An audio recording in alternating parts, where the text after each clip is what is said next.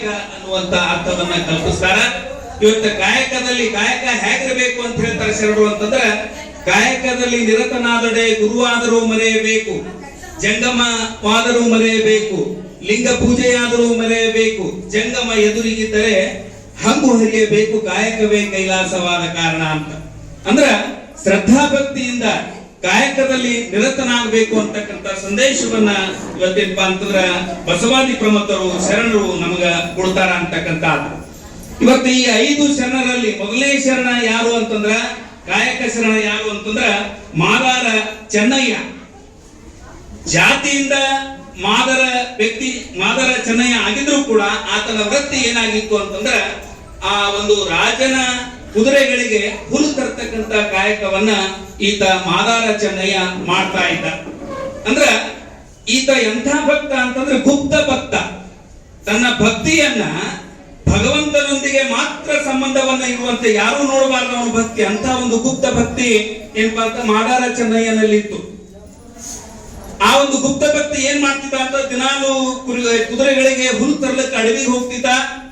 ಹೋಗಿ ಅಲ್ಲಿ ಏನಪ್ಪಾ ಅಂತಂದ್ರೆ ವೈವಿಧ್ಯಮಯ ಪುಷ್ಪಗಳನ್ನ, ವೈವಿಧ್ಯಮಯ ಸುವಾಸನೆ ಇರ್ತಕ್ಕಂತ ಹೂಗಳನ್ನ ತಗೊಂಡು ಭಗವಂತನನ್ನ ಪೂಜಿಸ್ತಾ ಇದ್ದ. ಭಗವಂತನನ್ನ ಸಾಕ್ಷಾತ್ಕಾರ ಮಾಡಿಕೊಂಡಿದ್ದ ಮಾದಾರ ಚೆನ್ನಯ್ಯ.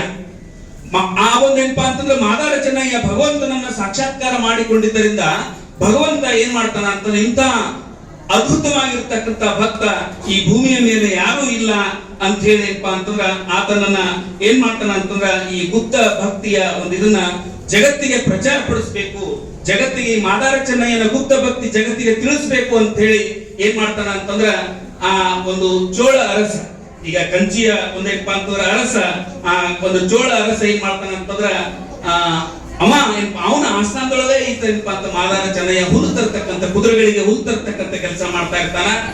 ಆಮೇಲೆ ಏನಪ್ಪಾ ಅಂತಂದ್ರ ನಂತರ ಒಂದ್ಸಲ ಏನಪ್ಪಾ ಅಂತಂದ್ರೆ ಏನಾಗ್ತದ ಅಂತಂದ್ರ ಅಂಬಲಿ, ಈತನ ಹೆಂಡತಿ ಮಾಡ್ತಕ್ಕಂಥ ಅಂಬಲಿ ಅಮೃತಕ್ಕೆ ಸಮಾನ ಅನ್ನುವಂತ ಒಂದು ಇದನ್ನ ಇರ್ತದೆ. ಆ ಸ್ವತಃ ಭಗವಂತ ಶಿವ ಆ ಅಂಬಲಿಯನ್ನ ತಿನ್ಲಿಕ್ಕೆ ಹಂಬಲಿಸ್ತಾನೆ. ಅಂಬಲಿ ಕಂಬಳಿ ಏನಪ್ಪಾ ಅಂತಂದ್ರ ಇಷ್ಟನೇ ಇದನ್ನ ಉಳಿದುದೆಲ್ಲ ಜಾಸ್ತಿ ಅನ್ನುವಂತ ಭಾವ ಬಂದು ಅಂಬಲಿಯ ಬಗ್ಗೆ ಅತಿಯಾಗಿರ್ತಕ್ಕಂಥ ಪ್ರತಿನಿತ್ಯ ಏನಪ್ಪಾ ಅಂತಂದ್ರೆ ಈ ಮಾದಾರ ಚೆನ್ನಯ್ಯನ ಮನೆಗೆ ಹೋಗಿ ಅಂಬಲಿಯನ್ನ ಸ್ವೀಕಾರ ಮಾಡುವಂತ ಒಂದು ಇದನ್ನಿರ್ತದ. ಆದ್ರ ಈ ಒಂದು ಏನು ಅರಸ ಇರ್ತಾನಲ್ಲ, ಈ ಅರಸ ಈ ಗರಿಕುಲ ಒಂದು ಚೋಳ ಅರಸ ಏನಿರ್ತಾನಲ್ಲ, ಆ ಚೋಳ ಅರಸ ಏನೋ ಪಂಚೋಪಕ್ವಾನ ಮಾಡಿರ್ತಾನ. ಪಂಚೋಪಕ್ವಾನ ತಿನ್ಬೇಕು, ದೇವರೇನಪ್ಪಾ ಅಂತಂದ್ರೆ ನನ್ನ ಮನೆಗೆ ಬರ್ತಾನ, ನಾನು ರಾಜ ಅದೀನಿ, ನನ್ನ ಮನೆಯಲ್ಲಿ ತಯಾರು ಮಾಡಿರ್ತಕ್ಕಂಥ ಪಂಚಪಕ್ವಾನ ತಿನ್ಬೇಕು ಅಂತ ಹೇಳಿ ಏನಪ್ಪಾ ಅಂತಂದ್ರ ಆಹ್ವಾನ ಮಾಡ್ತಾನ. ಅವಾಗ ಆ ಭಗವಂತ ಏನಪ್ಪಾ ಅಂತಂದ್ರ ಬರುವುದಿಲ್ಲ ಅಂದಾಗ ನನ್ನ ಭಕ್ತಿ ಸರಿಯಾಗಿ ಇಲ್ಲ ಕಾಣುತ್ತದ ಅಂತ ಹೇಳಿ ಆತ ಆತ್ಮ ವಿಮರ್ಶೆ ಮಾಡ್ಕೊಳ್ತಾನ. ಆಗ ಅಷ್ಟಲ್ಲದೆ ಏನಪ್ಪಾ ಅಂತ ತನ್ನ ಖಡ್ಗ ತಗೊಂಡು ಆತ್ಮಾಹುತಿ ಮಾಡ್ಕೋಬೇಕಂತಾನ ಆತ ರಾಜ, ಚೋಳ ರಾಜ. ಆತ್ಮಾಹುತಿ ಮಾಡ್ಕೋಬೇಕಂತಂದಾಗ ಭಗವಂತ ಏನಾಗ್ತಾನಂದ್ರೆ ಸಾಕ್ಷಾತ್ಕಾರ ಆಗ್ತಾನ. ಸಾಕ್ಷಾತ್ಕಾರ ಆಗಿ ಹಿಂಗ್ಯಾಕ್ ಮಾಡಕತ್ತಿದಿ ಅಂತಂದ್ರ, ಇಲ್ಲ ನಾನು ಪಂಚಪಕ್ವಾನ ಮಾಡಿದ್ರು ಕೂಡ ನೀನ್ ನನ್ನ ಪ್ರಸಾದ ಸ್ವೀಕಾರ ಮಾಡಲಾಗೇವಿ, ಅದೇನಪ್ಪ ಅಂತ ಅಂಬಲಿಗಾಗಿ ನೀ ಹಂಬಲಿಸಕತ್ತೀವಿ ಅಂತ ಹೇಳಿದಾಗ, ಇಲ್ಲ ಆತ ನಿನಗಿಂತಲೂ ಅತ್ಯಂತ ಶ್ರೇಷ್ಠವಾಗಿರ್ತಕ್ಕಂಥ ಭಕ್ತದಾನ, ಹಾಗಾಗಿ ಆತನ ಅಂಬಲಿ ನನಗೆ ಬಹಳಷ್ಟು ಪ್ರಿಯ ಅದ, ಆ ಅಂಬಲಿಯನ್ನ ಏನಪ್ಪಾ ಅಂತಂದ್ರ ಸ್ವೀಕಾರ ಮಾಡ್ತೀನಿ ಅಂತಂದಾಗ ಅವ ಯಾರು ಎಲ್ಲದಾನ ಅಂತ ಕೇಳ್ತಾನ. ಅವ ಬೇರೆ ಯಾರೂ ಅಲ್ಲ, ನಿಮ್ಮ ಆಸ್ಥಾನದಲ್ಲಿ ಇರ್ತಕ್ಕಂಥ ನಿಮ್ಮ ಕುದುರೆಗಳಿಗೆ ದಿನಾಲು ಹುಲ್ಲು ತಂದು ಮೇಯಿಸ್ತಕ್ಕಂಥ ಏನಪ್ಪಾ ಅಂತ ಭಕ್ತದಾನ, ಆತನೇ ಮಾದಾರ ಚೆನ್ನಯ್ಯ ಅಂತೇಳಿ ಹೇಳಿದಾಗ ಆ ಮಾದಾರ ಚೆನ್ನಯ್ಯನ ಕಾಲಿಗೆ ಬೀಳ್ತಾನ ರಾಜ. ಆ ಒಂದು ಏನಪ್ಪಾ ಅಂತಂದ್ರೆ ಏನ ಚೋಳ ರಾಜ ಏನ್ ಮಾಡ್ತಾನ ಅಂತಂದ್ರ ಮಾದಾರ ಚೆನ್ನಯ್ಯನ ಕಾಲಿಗೆ ಏನಪ್ಪಾ ನಮಸ್ಕಾರ ಮಾಡ್ತಾನ. ನೀನೇನಪ್ಪಾ ಅಂತಂದ್ರ ಈ ನನ್ನ ಆಸ್ಥಾನದಲ್ಲಿದ್ರು ಕೂಡ ನಾನು ನಿನ್ನ ಏನಪ್ಪಾ ಅಂತ ಇಂತ ಒಂದು ಪರಮ ಭಕ್ತ ಆಗಿರುವುದರಿಂದ ನಿನ್ನನ್ನು ಗುರುತಿಸ್ಲಿಲ್ಲ, ನಿನ್ನನ್ನು ಗುರುತಿಸದೆ ನಾನು ನಿನ್ನ ಏನಪ್ಪಾ ಅಂತಂದ್ರೆ ಕೆಲ್ಸಕ್ಕೆ ಹಚ್ಚಿಲ್ಲ, ತಪ್ಪಾಯ್ತು ಅಂತ ಹೇಳಿ ಇದ್ ಮಾಡ್ತಾನ. ಅವಾಗ ಈ ಮಾದಾರ ಚೆನ್ನಯ್ಯ ಹೇಳ್ತಾನ, ನೀವು ಅರಸರು, ನಾನು ಆಳು, ನೀವು ನನ್ನ ಕಾಲಿಗೆ ಬೀಳುವುದೇ ಅಂತ ಹೇಳಿ ಕೇಳ್ತಾರ. ಇಲ್ಲ, ನಾ ಅರಸಿದ್ರು ಕೂಡ ನೀನು ಆ ಶಿವನನ್ನ ಒಲಿಸಿಕೊಂಡ್ರೆ, ಜಾತಿಹೀನನ ಮನೆ ಜ್ಯೋತಿತಾಹೀನವೇ, ಜಾತಿ ವಿಜಾತಿಯನ ಬೇಡ, ದೇವನಲ್ಲಿವ ದಾತನೇ ಜಾತ ಸರ್ವಜ್ಞ ಅನ್ನುವಂಗ ಇವತ್ತೇನಪ್ಪ ಅಂತ ದೇವರನ್ನೇ ಸಾಕ್ಷಾತ್ಕಾರ ಮಾಡಿಕೊಂಡಿರ್ತಕ್ಕಂಥ ಮಾದಾರ ಚೆನ್ನಯ್ಯ ನೀನು ಶ್ರೇಷ್ಠವಾಗಿರ್ತಕ್ಕಂಥ ಭಕ್ತ ಆಗಿರೋದ್ರಿಂದ ಅವನನ್ನೇನ್ ಮಾಡ್ತಾನಂತಂದ್ರ ಆನಿಯ ಮೇಲೆ ಏನಪ್ಪಾ ಅಂತಂದ್ರ ಅಂಬಾರಿ ಒಳಗೆ ಏನಪ್ಪಾ ಅಂತಂದ್ರ ಈ ಮಾದಾರ ಚೆನ್ನಯ್ಯನನ್ನು ಕೂಡಿಸಿ ಮೆರವಣಿಗೆ ಮಾಡ್ತಾನೆ. ಮೆರವಣಿಗೆ ಮಾಡಿಪ್ಪ ಅಂತಂದ್ರ ಆತನನ್ನ ಏನಪ್ಪಾ ಅಂತಂದ್ರ ಎಲ್ಲಾ ಕಡೆ ಮೆರವಣಿಗೆ ಆದಾಗ ಅವನಿಗೆ ಮುಜೂರ ಅನಿಸ್ತದ. ನಾ ಎಷ್ಟು ಭಗವಂತನೊಂದಿಗೆ ಗುಪ್ತ ಭಕ್ತಿ ಮಾಡ್ಬೇಕು ಅಂತ ಹೇಳಿ ಮಾಡಿದ್ದೆ, ಅದನ್ನ ಜಗಜ್ಜಾಹೀರ ಮಾಡಿದ್ರಲ್ಲ ಅಂತ ಹೇಳಿ ಆತನಿಗೆ ಮುಜುಗರ ಆಗ್ತದ. ಅಂದ್ರ ಶಿವನ ಒಂದೇನಪ್ಪ ಅಂತಂದ್ರೆ ಭಕ್ತಿ ಅಷ್ಟು ಇದನ್ನಿರ್ತದ. ಶಿವನ ಭಕ್ತಿ ಆತನ ಮೇಲೆ ಏನಪ್ಪಾ ಅಂತಂದ್ರೆ ಕೃಪೆಯಾಗಿ ಇಂಥ ಒಂದೇನಪ್ಪ ಅಂತ ಅವಕಾಶವನ್ನ ಸಾಕ್ಷಾತ್ ಶಿವನೇ ಏನಪ್ಪಾ ಅಂತಂದ್ರ ಮಾದಾರ ಚೆನ್ನಯ್ಯನಿಗೆ ಅಂತ ಒಂದು ಅವಕಾಶವನ್ನ ಕಲ್ಪಿಸಿಕೊಡ್ತಾನ. ಆಮೇಲೆ ಏನಪ್ಪಾ ಅಂತಂದ್ರ ನಂತರ ಆ ಮಾದಾರ ಚೆನ್ನಯ್ಯ ಶ್ರೇಷ್ಠ ವಚನಕಾರರಾಗಿಯೂ ಕೂಡ ನಮ್ಗೆ ಕಾಣಿಸಿಕೊಳ್ತಾರ. ಇವತ್ತು ಅವರ 10 ವಚನಗಳೇನಪ್ಪಾ ಅಂತ ನಮಗೆ ಲಭ್ಯ ಅದಾವ. ಇವತ್ತ ಅಂತ ಒಂದು ಆ ವಚನದ ಒಂದೇನಪ್ಪಾ ಅಂತಂದ್ರ ಏನ ಅಂಕಿತ ಅದ ಅಂತಂದ್ರ ಅರಿ ನಿಜಾತ್ಮ ರಾಮನ್ ಅಂತಕ್ಕಂಥ ವಚನದ ಅಂಕಿತವನ್ನ ಏನಪ್ಪಾ ಅಂತಂದ್ರ ಮಾದಾರ ಚೆನ್ನಯ್ಯ ಅವರು ಹೊಂದಿದಾರ. ಇವತ್ತ ಸತಿಪತಿಗಳಿಂದೊಡಗೂಡಿರ್ತಕ್ಕಂಥ ಭಕ್ತಿ ಹಿತವಾಗಿ ಒಪ್ಪುದು ಶಿವಗೆ ಅಂತಕ್ಕಂಥ ಆ ಮಾದಾರ ಚೆನ್ನಯ್ಯ ನಿಜವಾಗಿಯೂ ಏನಪ್ಪಾ ಅಂತಂದ್ರ ಭಗವಂತನನ್ನ ಸಾಕ್ಷಾತ್ಕಾರ ಮಾಡಿಕೊಂಡಿರ್ತಕ್ಕಂಥ ಪರಮ ಭಕ್ತ ಅಂತಕ್ಕಂಥ ನಮ್ಗಿಲ್ಲಿ ಗೊತ್ತಾಗ್ತದ. ಇವತ್ತ ಶಿವ ಯಾದಕ್ ಒಲಿತಾನ, ರೊಕ್ಕಕ್ಕೆ ಒಲಿಯಂಗಿಲ್ಲ, ಮೃಷ್ಟಾನ್ನ ಕೊಲೆಯಂಗಿಲ್ಲ. ಎದಕ್ ಒಲಿತಾನ ಅಂತಂದ್ರ ಭಕ್ತಿಗೆ ಮಾತ್ರ ಭಗವಂತ ಒಲಿತಾನ ಅಂತಕ್ಕಂಥದ್ದು ಮಾದಾರ ಚೆನ್ನಯ್ಯನ ಒಂದು ಜೀವನ ಚರಿತ್ರೆಯಿಂದ ನಮಗ ಗೊತ್ತಾಗ್ತದೆ ಅಂತಕ್ಕಂಥದ್ದು. ಇವತ್ತ ಇಲ್ಲಿ ಶರಣರು ಯಾರು ಬಿಡಾಡಿಗಳಿರ್ಲಿಲ್ಲ. ಇವರು ಕೆಲಸದಲ್ಲಿ ತೊಡಗುವಂತ ವ್ಯಕ್ತಿಗಳು, ಯಾವ್ದಾದ್ರು ಒಂದು ಉದ್ಯೋಗದಲ್ಲಿ ತೊಡಗುವಂತ ವ್ಯಕ್ತಿಗಳು. ದುಡಿಯುವ ವ್ಯಕ್ತಿಗೆ ಎಂದೂ ಬಡತನ ಇರೋದಿಲ್ಲ. ಇದು ಶರಣರು ನಮಗೆ ಕೊಟ್ಟಿರ್ತಕ್ಕಂಥ ಒಂದು ಅತ್ಯುತ್ತಮವಾಗಿರ್ತಕ್ಕಂಥ ಸಂದೇಶ. ಇವತ್ತು ನಾವೆಲ್ಲ ಏನು ಮಾಡ್ಬೇಕು ಅಂದ್ರೆ ಸುಮ್ಮನೆ ಬೀಡಾಡಿಯಾಗಿರಬಾರ್ದು.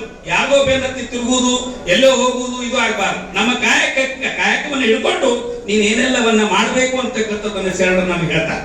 ನಮ್ಮ ಮೂಲ ಕಾಯಕ ಏನದಲ್ಲ, ಮೂಲ ವೃತ್ತಿ ಏನದಲ್ಲ, ನಮಗ ಅನ್ನ ಕೊಡ್ತಕ್ಕಂಥ ವೃತ್ತಿ ಅದಲ್ಲ, ಅದನ್ನ ಗಟ್ಟಿಯಾಗಿ ಹಿಡ್ಕೊಂಡು ಉಳಿದೆಲ್ಲ ಅವನ್ನ ಮಾಡ್ಲಿಕ್ಕೆ ಅಡ್ಡಿ ಇಲ್ಲ ಅಂತಕ್ಕಂಥ ಸಂದೇಶವನ್ನ ಶರಣರು ಕೊಡ್ತಾರ. ನಾವು ದುಡಿದು ಸಂಪಾದನೆ ಮಾಡ್ಬೇಕು, ದೇಹವನ್ನ ದಣಿಸಿ ದುಡಿದು ಸಂಪಾದನೆ ಮಾಡಿರ್ತಕ್ಕಂಥದ್ದನ್ನ ಇವತ್ತೇನಪ್ಪ ಅಂತಂದ್ರ ಅದನ್ನ ದಾಸೋಹ ರೂಪದೊಳಗೆ, ದಾನ ರೂಪದೊಳಗೆ ಕೊಡಬೇಕು ಅಂತಕ್ಕಂಥದ್ದನ್ನ ಶರಣರು ಹೇಳ್ತಾರ. ಇಂಥ ಇವತ್ತೇನಪ್ಪ ಅಂತಂದ್ರೆ ಶರಣರ ಭಾವಚಿತ್ರಗಳನ್ನ ಪೂಜೆ ಮಾಡುವುದಕ್ಕಿಂತಲೂ ಈ ಶರಣರ ಸಿದ್ಧಾಂತಗಳನ್ನ, ಶರಣರ ತತ್ವಗಳನ್ನ ಪೂಜೆ ಮಾಡುವಂತ ನಿಟ್ಟಿನಲ್ಲಿ ನಾವೆಲ್ಲ ಬಹಳಷ್ಟು ಯೋಚಿಸಬೇಕಾಗಿದೆ ಅಂತಕ್ಕಂಥದ್ದು. ಇನ್ನು ಮಾದಾರ ಚೆನ್ನಯ್ಯನ ನಂತರ ಬರ್ತಕ್ಕಂಥ ವ್ಯಕ್ತಿ ಯಾರು ಅಂತಂದ್ರ ಮಾದಾರ ಧೂಳಯ್ಯ ಅಂತಕ್ಕಂಥ ವ್ಯಕ್ತಿ. ಮಾದಾರ ಚೆನ್ನಯ್ಯ ಗುಪ್ತ ಭಕ್ತ ಆದರೆ ಈ ಮಾದಾರ ಧೂಳಯ್ಯ ಎಂತವ ಅಂತಂದ್ರ ಗುಪ್ತ ವಚನಕಾರ. ಮಾದಾರ ಚೆನ್ನಯ್ಯ ಗುಪ್ತ ಭಕ್ತಿ.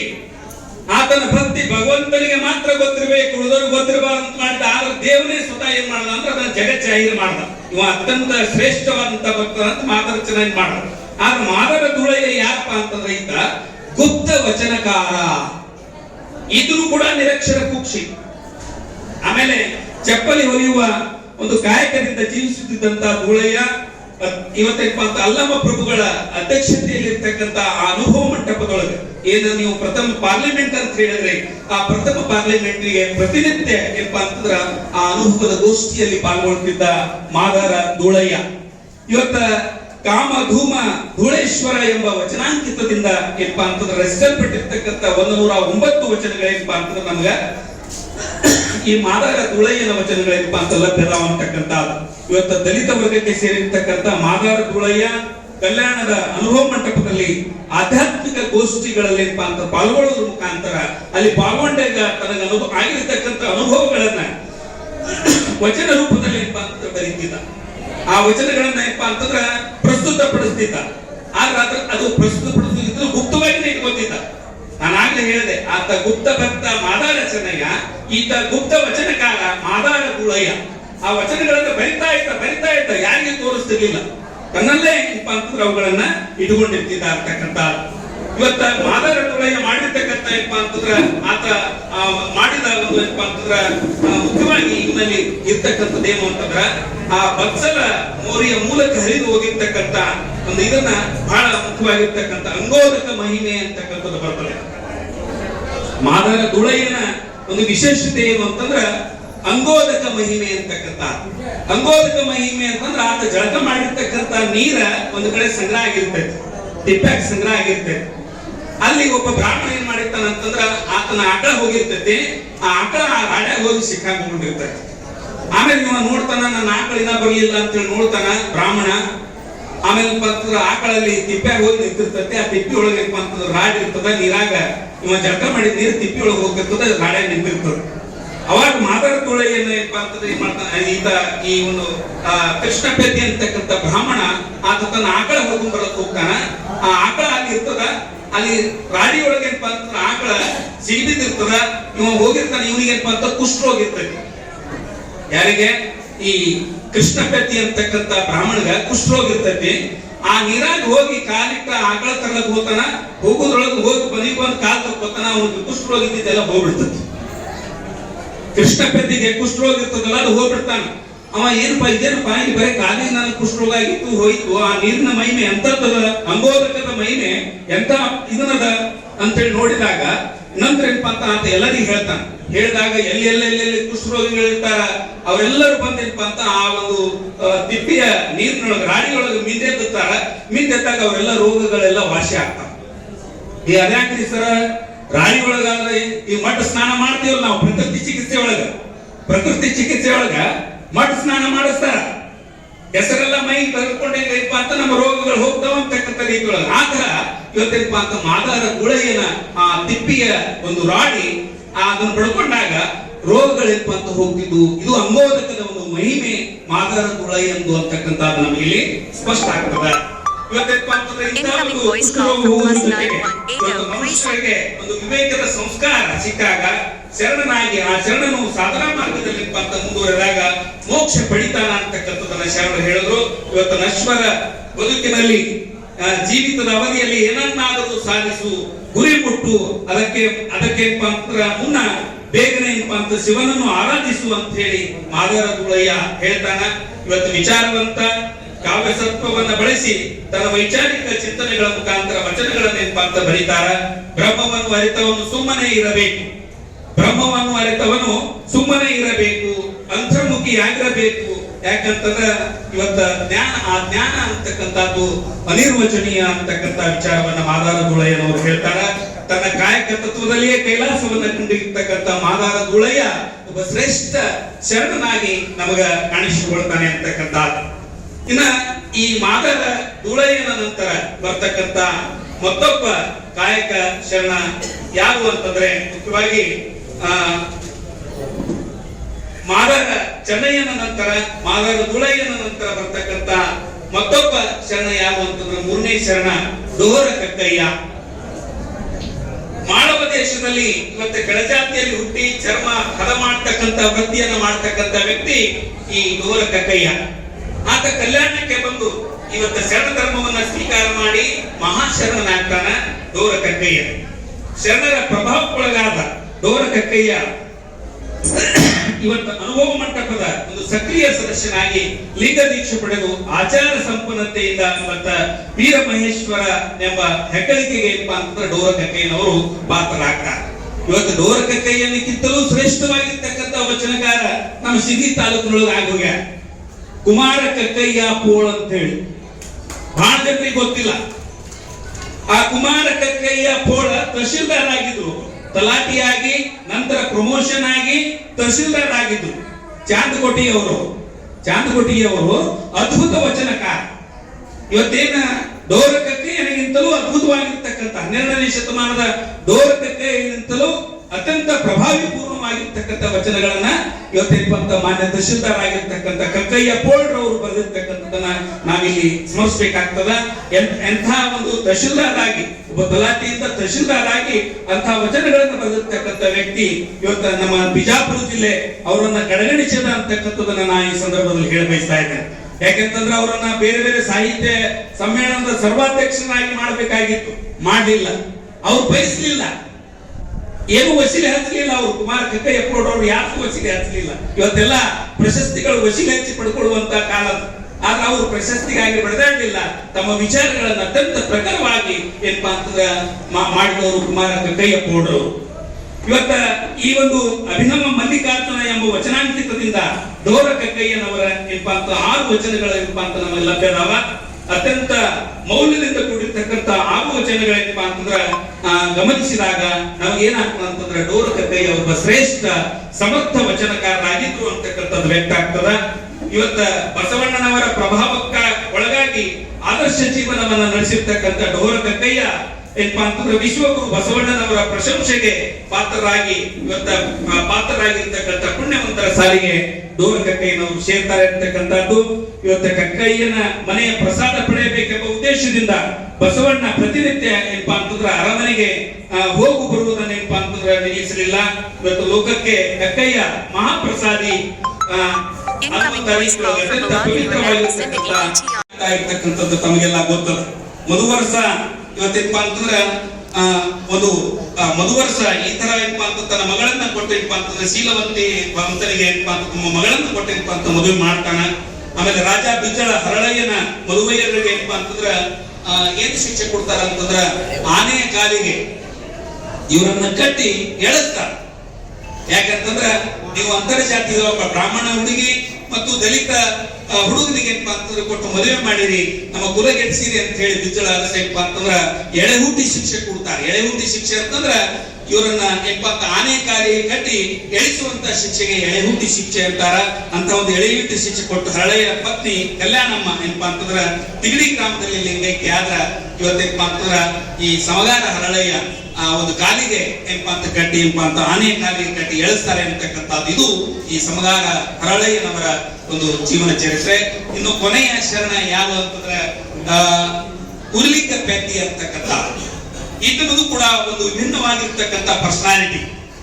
ಉರ್ಲಿಂಗ ಪೆದ್ದಿ ನಿರಕ್ಷರ ಕುಕ್ಷಿಯಾಗಿರ್ತಾನ. ಬಹಳ ಏನಪ್ಪಾ ಅಂತಂದ್ರ ನಿರಕ್ಷರ ಕುಕ್ಷಿಯಾಗಿ ಆತ ಏನಪ್ಪಾ ಅಂತಂದ್ರ ಅದ್ಭುತವಾಗಿರ್ತಕ್ಕಂಥ ವಚನಗಳನ್ನ ಏನಪ್ಪಾ ಅಂತಂದ್ರ ಇದನ್ನ ಹಾಕ್ತಾನ. ಹೆಂಗ ಬೇಡರ ಕಣ್ಣಪ್ಪ ಏನಪ್ಪಾ ಅಂತಂದ್ರ ಅದ್ಭುತವಾಗಿ ಇದನ್ನ ಏಕಲವ್ಯ ಅದ್ಭುತವಾಗಿರ್ತಕ್ಕಂಥ ಒಂದು ಪರಿವರ್ತನೆ ತಂದುಕೊಂಡ ಹಂಗ ಈ ಉರ್ಲಿಂಗ ಪೆದ್ದಿಯ ಬದುಕಿನಲ್ಲಿಯೂ ಕೂಡ ಬಹಳಷ್ಟು ಪರಿವರ್ತನೆ ಆಗ್ತದ. ಅದು ಶರಣರ ಮಹಿಮೆಯಿಂದ. ಉರ್ಲಿಂಗ ಪೆದ್ದಿಯ ಮೊದಲ ಹೆಸರು ಏನಪ್ಪಾ ಅಂತಂದ್ರೆ ಪೆದ್ದಣ್ಣ ಅಂತ. ಅವನ ಹೆಸರ ಮೂಲ ಹೆಸರು ಏನಪ್ಪಾ ಅಂತಂದ್ರೆ ಪೆದ್ದಣ್ಣ. ಈತ ಪ್ರತಿದಿನ ಕಾಡಿಗೆ ಹೋಗಿ ಕಟ್ಟಿಗೆ ತಂದು ಮಾರಿ ಏನಪ್ಪಾ ಅಂತ ಉಪಜೀವನ ಮಾಡುವಂತ ಒಂದು ಕಾಯಕ ಮಾಡ್ತಾ ಇದ್ದ ಉರ್ಲಿಂಗ. ಈ ಪೆದ್ದಣ್ಣ ದಿನಾಲು ಕಾಡಿಗೆ ಹೋಗ್ತಿದ್ದ. ಕಾಡಿಗೆ ಹೋಗಿ ಕಟ್ಟಿಗೆ ತಂದು ಅದನ್ನು ಮಾರಾಟ ಮಾಡಿ ಉಪಜೀವನ ಮಾಡ್ತಿದ್ದ. ಕಟ್ಟಿಗೆ ಸಿಗಲಾರ್ದ ಏನ್ ಮಾಡ್ತಿದ್ದ ಅಂದ್ರೆ ಕಳು ಮಾಡ್ತಿದ್ದ. ಪೆದ್ದಣ್ಣ ಕಟ್ಟಿಗೆಯನ್ನು ಸಿಗುದಿಲ್ಲೋ ಅವತ್ತು ಕಳು ಮಾಡಕ್ ಚಾಲು ಮಾಡ್ತಿದ್ದ. ಯಾರ ಮನೆಗೆ ಹೋಗಿ ಕಳು ಮಾಡ್ತಿದ್ದ. ಇದು ಅವನ ಕಾಯಕ, ಪೆದ್ದಣ್ಣನ ಕಾಯಕ. ಹೀಗೆ ಮಾಡ್ತಾ ಮಾಡ್ತಾ ಮಾಡ್ತಾ ಒಂದಿನ ಅವ ಕಳು ಮಾಡ್ಕೊಂತ ಹೋದ. ಹೋಗುವಾಗ ಆ ಕಟ್ಟಿಗೆ ಕಳು ಮಾಡ್ತಿದ್ದ. ಹಿಂಗ್ ಮಾಡ್ಕೊಂತ ಹೋದಾಗ ಒಂದಿನ ಒಬ್ಬರ ಮನೆಗೆ ಅಂತಂದ್ರ ಕಳ್ಳತನಕ್ಕೆ ಹೋದ. ಆ ಕಳ್ಳತನಕ್ಕೆ ಹೋಗಿ ಮೇಳಿನ ಕೂತ. ಇವ್ರ ಮನೆಗೆ ಅಂತಂದ್ರೆ ಕಳ್ಳತನ ಮಾಡ್ಬೇಕು ಅಂತ ಹೇಳಿ ಮೇಳಿನ ಕೂತ. ಬೆಳಕಿಟ್ಟು ಒಳಗೆ ಕೂತ. ಅಲ್ಲಿ ಏನಿತ್ತು ಅಂತಂದ್ರ ಸೂರಯ್ಯ ಅಂತಕ್ಕಂಥ ವ್ಯಕ್ತಿ ಆತ ಈ ದೀಕ್ಷೆ ತಗೊಳ್ಳುವಂತ ಒಂದು ಸನ್ನಿವೇಶ ಇರ್ತದೆ. ಉರ್ಲಿಂಗ ದೇವರು ಅಂತಕ್ಕಂಥ ಆ ಒಂದು ಇದ್ರೊಳಗ ಉರ್ಲಿಂಗ ದೇವರು ಅವ್ರ ಕಡೆ ದೀಕ್ಷಾ ತಗೊಳ್ತಿರ್ತಾನೆ ಸೂರಯ್ಯ. ಅದನ್ನ ಇವ ಬೆಳಕಿಂಡಿ ಒಳಗೆ ನೋಡ್ತಿರ್ತಾನೆ. ನೋಡಿ ಗಾಬರಿ ಆಗ್ತಾನ. ಏನಪ್ಪಾ ಈಗ ನಾನು ಯಾಕ ಈ ದೀಕ್ಷಾ ತಗೋಬಾರ್ದು, ನಾನು ಹಿಂಗ ಯಾಕ ಇವ್ರ ಕಡೆಯಿಂದ ಏನಪ್ಪಾ ಅಂತಂದ್ರೆ ಏನೋ ಉರ್ಲಿಂಗ ದೇವರ ಕಡೆಯಿಂದ ದೀಕ್ಷಾ ತಗೋಬಾರ್ದು ಅಂತ ಹೇಳಿ ಯೋಚನೆ ಮಾಡ್ತಾನ. ಯೋಚನೆ ಮಾಡಿನಪ್ಪ ಅಂತ ಇಂದಿನಿಂದ ನಾನು ಈ ಕಳ್ಳತನ ಬಿಡಬೇಕು, ಕಟ್ಟಿಗೆ ತರದು ಬಿಡಬೇಕು. ಆಮೇಲೆ ಕಳ್ಳತನ ಬಿಟ್ಟು ಏನಪ್ಪಾ ಅಂತಂದ್ರ ಈ ನಾನು ಕೂಡ ದೀಕ್ಷಾ ತಗೊಂಡು ಒಳ್ಳೆ ವ್ಯಕ್ತಿ ಆಗಬೇಕು ಅಂತ ಹೇಳಿ ಆತನ ಮನಸ್ಸು ಪರಿವರ್ತನೆ ಆಗ್ತದೆ. ಆದರ್ಶವನ್ನ ಬೆಳಕಿನ ಮುಖಾಂತರ ನೋಡ್ತಾನ. ನೋಡಿ ನಾನು ಕೂಡ ದೀಕ್ಷೆ ತಗೋಬೇಕಂತ ಹೇಳಿ ಹೋಗ್ತಾನ. ಆದ್ರೆ ದೀಕ್ಷೆ ಕೊಡುದಿಲ್ಲ. ಬಹಳಷ್ಟು ಸಮಾಜದಲ್ಲಿ ಕಟ್ಟಕಡೆ ವ್ಯಕ್ತಿ, ಶೋಷಿತ ವ್ಯಕ್ತಿ, ದಲಿತ ವ್ಯಕ್ತಿ ಇವನಿಗೆ ಯಾರು ದೀಕ್ಷಾ ನನಗೆ ದೀಕ್ಷಾ ಕೊಡು ಅಂದ್ರೆ ಯಾರು ಕೊಡ್ತಾರೆ? ಅದಕ್ಕೆ ದೀಕ್ಷಾ ಕೊಡೋಕೆ ಒಂದಷ್ಟು ಅರ್ಹತೆ ಬೇಕಾಗ್ತದಲ್ಲ. ಅದಕ್ಕೆ ಅವ ಏನ್ ಮಾಡ್ತಾನ ಅಂತಂದ್ರ ಆ ಒಂದು ಉರ್ಲಿಂಗ ದೇವರ ಮಠಕ್ಕೆ ಏನ್ ಮಾಡ್ತಾನ ಅಂತಂದ್ರೆ ಕಟ್ಟಿಗೆ ತಂದು ಹಾಕ್ತಾನ. ದಿನಾಲು ನಿಶಿನಾಗಿ ಹೇಳುದು, ಒಂದು ಹೊರಿ ಕಟ್ಟಿಗೆ ತರುವುದು. ಅಲ್ಲಿ ಏನ್ ಮಾಡ್ತಾ ಮಠದೊಳಗ ಉರ್ಲಿಂಗ ದೇವರ ಮಠದೊಳಗೆ ಹೋಗಿದ್ದು. ದಿನಾಲು ಹಿಂಗ್ ಮಾಡ್ತಾ ಮಾಡ್ತಾ ಒಂದ್ ತಿಂಗಳು ಹೋಗ್ತೈತಿ. ಒಂದ್ ತಿಂಗಳು ಹೋಗ್ಕೊಳ್ಳೇನಪ್ಪ ಅಂತಂದ್ರ ಆ ಉರ್ಲಿಂಗ ದೇವರು ನೋಡ್ತಾರ, ಯಾರು ಕಟ್ಟಿಗೆ ತಂದು ಹೋಗಿತಾರ. ದೊಡ್ಡ ಬಡವಿ ಟೈಪ್ ಬಿದ್ದು ಬಿಟ್ಟಿರ್ತದ ಕಟ್ಟಿಗೆ. ದಿನ ಯಾರು ತಂದು ಹೋಗಿಲಕತ್ತಾರ ಯಾರು ರೊಕ್ಕ ಒಯ್ಯಂಗಿಲ್ಲ, ಏನು ಒಯ್ಯಂಗಿಲ್ಲ, ಸುಮ್ ಕಡಿಗೆ ತಂದು ಒಯ್ಯಲಕತ್ತಾರಲ್ಲ, ಯಾರು ಒಯ್ಯಲಕತ್ತಾರ ಅಂತ ಅಂದ್ಕೂಡ ಅವನ್ನೇನ ನೋಡ್ಬೇಕು ಅಂತ ಹೇಳಿ ಉರ್ಲಿಂಗ ದೇವ್ರು ಏನ್ ಮಾಡ್ತಾರ ಅಂತಂದ್ರೆ ನಸಿನಾಗ ಹೇಳ್ತಾರ. ನಸಿನಾಗ ಎದ್ದು ಯಾರ ಏನ ಪೆದ್ದಣ್ಣ ಕಟ್ಟಿಗೆ ತಂದು ಒಗಿತಿರ್ತಾರಲ್ಲ ಅವಾಗ ನೋಡಿ ಯಾಕೋ ಕಟ್ಟಿಗೆ ಒಯ್ಯಲಿಕ್ಕೆ ರೊಕ್ಕನೆ ಒಯ್ಯಲಾಗಿದೆಯಲ್ಲ ಅಂತಂದಾಗ ಅವಾಗ ಏನಪ್ಪ ಅಂತಂದ್ರ ಕಾಲಿ ಕಾಲಿಗೆ ಬಿದ್ದು ನೀವು ನನಗೆ ದೀಕ್ಷಾ ಕೊಡ್ಬೇಕು, ನೀವು ನನಗೆ ದೀಕ್ಷಾ ಕೊಡ್ಬೇಕು, ನನಗೆ ದೀಕ್ಷಾ ಕೊಡ್ತಾನ ಕಾಲು ಬಿಡುದು ಅಂತ ಉರ್ಲಿಂಗ ದೇವರಿಗೆ ಪೆದ್ದಣ್ಣ. ನೀವು ಎಲ್ಲಿವರೆಗೆ ದೀಕ್ಷಾ ಕೊಡುದಿಲ್ಲ ಅಲ್ಲಿವರೆಗೆ ನೀವು ಪಾದ ಬಿಡಂಗಿಲ್ಲ ಅಂತ ಹೇಳಿ ಗಟ್ಟಿ ಪಾದ ಹಿಡ್ಕೊಂಡ್ಬಿಡ್ತಾನ. ಆಮೇಲೆಪ್ಪ ಅಂತಂದ್ರ ಅವಾಗ ಗಟ್ಟಿ ಪಾದ ಹಿಡ್ಕೊಂಡಾಗ ಅವ ಏನಪ್ಪಾ ಅಂತ ಇವನಿಗೇನ ಇಂಥವನಿಗೆ ಕಳ್ಳದಾನ ಸುಳ್ಳದಾನ ಇಂಥವನಿಗೆ ಏನಪ್ಪಾ ಅಂತ ದೀಕ್ಷಾ ಕೊಡೋ ಮಾರಾಯ ಅಂತ ಹೇಳಿ ಬೇಡ ಅಂತ ಹೇಳ್ತಿರ್ತಾನ. ಹಿಂಗ ಏನಪ್ಪಾ ಅಂತಂದ್ರ ಹೇಳುವಾಗ ಆತ ಆಕಿನೇ ಈ ಒಂದೇನಪ್ಪಾ ಅಂತಂದ್ರ ಪೆದ್ದಣ್ಣನ ಹೆಂಡತಿ ಕಾಳವೇ ದಿನಾಲು ಏನಪ್ಪಾ ಅಂತಂದ್ರ ಹೋಗ್ತಿರ್ತಾನ, ಕಟ್ಟಿಗೆಗೆ ಮಠಕ್ಕೆ ಹೋಗಿ ಬರ್ತಿರ್ತಾನ, ರೊಕ್ಕನೇ ತರಂಗಿಲ್ಲ, ಕಟ್ಟಿಗೆ ತರ್ತಿಯ ಇಲ್ಲ, ಮತ್ತೇನಪ್ಪ ಅಂತ ಉಪಜೀವಕೇನೋ ರೊಕ್ಕ ಇರುದಿಲ್ಲ, ರೊಕ್ಕ ಇಸ್ಕೊಂಡ್ ಬರುದಿಲ್ಲ, ರೊಕ್ಕ ಇಸ್ಕೊಂಡ್ ಭಯ ಇಲ್ಲ, ಅವ್ರು ನನಗೆ ದೀಕ್ಷಾ ಕೊಡ್ತಾರ, ಅದಕ್ಕೆ ನಾ ರೊಕ್ಕ ಇಸ್ಕೊಳಂಗಿಲ್ಲ, ದೀಕ್ಷಾ ಕೊಡ್ತೀನಿ ಅಂತ. ಹಂಗಾದ್ರೆ ನಿನಗೆ ದೀಕ್ಷಾ ಕೊಡ್ಬೇಕು ಅಂತ ಹೇಳಿ ಬೈತಾಳೆ. ನಾವೇನು ಹೊಟ್ಟಿಗೆ ಮಾಡ್ತೀವಿ ಕಟ್ಟಿಗೆ ತಂದ್ರ ರೊಕ್ಕ ತಂದ್ರ ಏನಪ್ಪ ಅಂತ ಉಪಜೀವನ ಆಗ್ತದ, ನೀ ಏನಪ್ಪ ಅಂತ ದಿನ ಕುಕ್ಕಟ್ ಕಟ್ಟಿಗೆ ಹಾಕಿ ಬಂದ್ರೆ ಹೆಂಗ ಅಂತ ಹೇಳಿ ಬೈತಾಳ. ಬೈದ್ರು ಕೂಡ ಆತ ಏನಪ್ಪ ಅಂತಂದ್ರ ಒಂದು ಪೆದ್ದಣ್ಣ ದಿನಾಲು ಏನಪ್ಪ ಅಂತಂದ್ರ ಅವರ ಒಂದು ಉರ್ಲಿಂಗ ದೇವರ ಆಶೀರ್ವಾದ ಪಡ್ಕೊಂಡು ದೀಕ್ಷಾ ಪಡ್ಕೋಬೇಕಂತ ಹೇಳ್ತಾನ. ಪಡ್ಕೊಂಡಾಗ ಏನಪ್ಪಾ ಅಂತಂದ್ರ ಆ ಪೆದ್ದಣ್ಣ ಏನಪ್ಪಾ ಅಂತಂದ್ರ ದೀಕ್ಷಾ ಕೊಡಕ ಗುರುಗಳು ಒಪ್ಪುದಿಲ್ಲ. ನಿಮ್ಗೆಲ್ಲ ಗೊತ್ತದ, ಏಕಲವ್ಯ ವಿದ್ಯಾ ಕಲಿಬೇಕಂದ, ಬಿಲ್ವಿದ್ಯೆ ಕಲಿಬೇಕಂತಕ್ಕಂಥ ಏಕಲವ್ಯನಿಗೆ ದ್ರೋಣಾಚಾರ್ಯರು ನೋ ಅಂದ್ರು. ರಾಜರ ಮಕ್ಕಳಿಗೆ ಮಾತ್ರ ನಾವು ಕಲಿಸ್ತೀವಿ, ರಾಜಾಜ್ಞೆ ಆಗ್ಯದ, ನಿಮ್ಮಂತ ಬಡವರ ಮಕ್ಕಳಿಗೆ ಹಿಂದುಳಿದವರ ಮಕ್ಕಳಿಗೆ ನಾವು ಶಿಕ್ಷಣ ಕೊಡಂಗಿಲ್ಲ, ಕೊಟ್ಟ ರಾಜ ನಮ್ಮನ್ನು ಇಡುವುದಿಲ್ಲ ಅಂತ ಹೇಳಿ ಹೇಳ್ದ. ಅವಾಗ ಏನ್ ಮಾಡ್ದ ಅಂತಂದ್ರೆ ಹೆಂಗ್ ಮಾಡುದು, ಬಿಲ್ವಿದ್ಯೆ ಕಲಿಬೇಕು ಅನ್ನೋ ಹಂಬಲದ ಬಾಲಕ ಏಕಲವ್ಯನಲ್ಲಿ ಬಿಲ್ವಿದ್ಯೆ ಕಲಿಬೇಕು ಅನ್ನೋ ಹಂಬಲದ.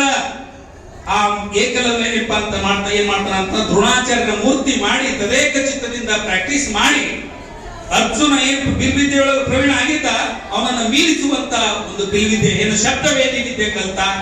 ಎಲ್ಲಿ ನಾಯಿ ಕೊಗೊಳ್ತಿತ್ತು ಅಲ್ಲಿ ಏನಪ್ಪಾ ಅಂತ ಬಿಲ್ಲು ಬಾಣ ಹೊಡೆದ, ಹೋಗಿ ನಾಯಿ ನಾಲಿಗೆ ನಡ್ದು ಗಾಬರಾದ್ರು.